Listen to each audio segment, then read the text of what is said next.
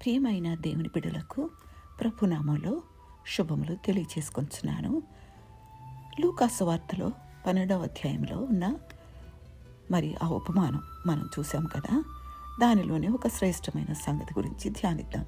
12:21లో దేవుని ఎడల ధనవంతుడు కాక తన కొరకే సమకూర్చుకునేవాడు అలాగుననే ఉండునని చెప్పెను అని చూస్తాం.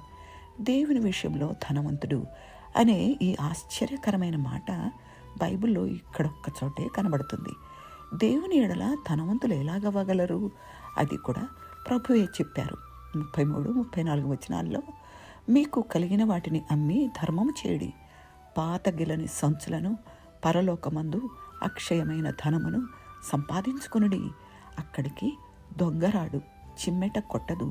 మీ ధనం ఎక్కడ ఉండునో అక్కడనే మీ హృదయము ఉండును అన్నారు ప్రభు. సామెతలు 19:17లో బీదలను కనికరించువాడు యెహోవాకు అప్పిచ్చువాడు, వాని ఉపకారమునకు ఆయన ప్రత్యుపకారము చేయును అంటున్నాడు.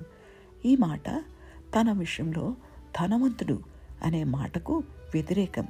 అంటే తన విషయంలో ధనవంతుడిగా ఉండకూడదు, దేవుని విషయంలో ధనవంతుడిగా ఉండాలి. ఇదే దేవుని ఎడల ధనవంతులవడం.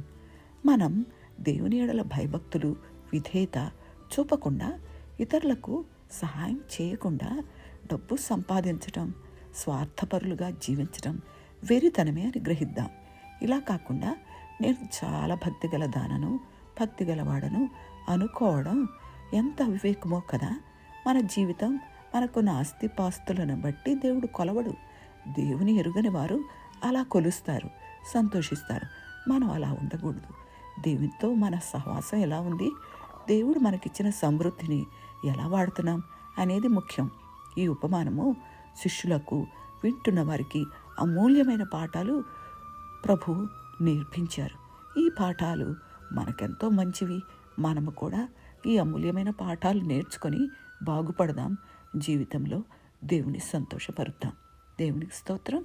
ఆమేన్.